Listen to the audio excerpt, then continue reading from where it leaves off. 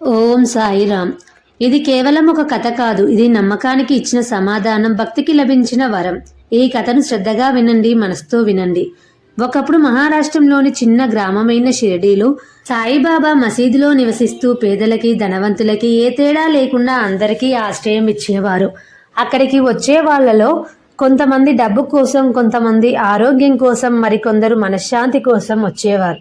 కానీ సాయిబాబా అందరికీ ఒకటే బోధ చెప్పేవారు: శ్రద్ధ ఉంచు, సహనం పాటించు అని. ఇప్పుడు మనం కథలోకి వెళ్దాం. షిరిడీకి కొద్ది దూరంలో ఒక చిన్న గ్రామం. అక్కడ రామయ్య అనే ఒక పేద రైతు ఉండేవాడు.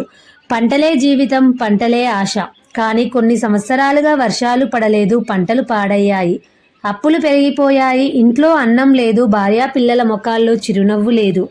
ప్రతిరోజు ఆకాశం వైపు చూస్తూ రామయ్య ఒకటే ప్రశ్న అడిగేవాడు: దేవుడా, నేను చేసిన తప్పేమిటి అని.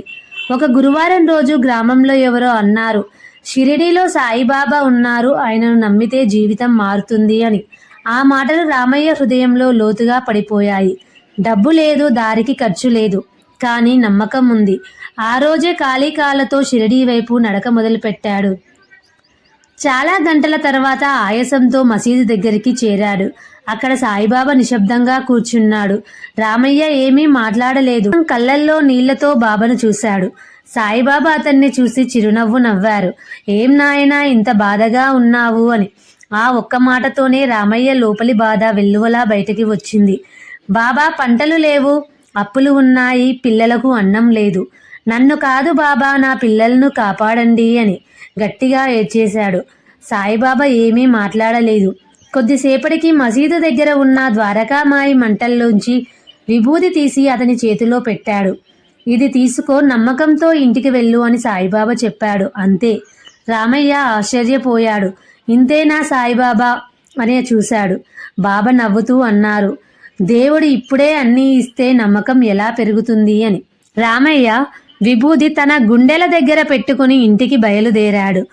మార్గమధ్యలో మనసులో ఎన్నో సందేహాలు. ఇదే నా పరిష్కారం, నా సమస్యలు తీరుతాయా అని. కానీ బాబా ముఖం గుర్తొచ్చి మనసు శాంతించింది.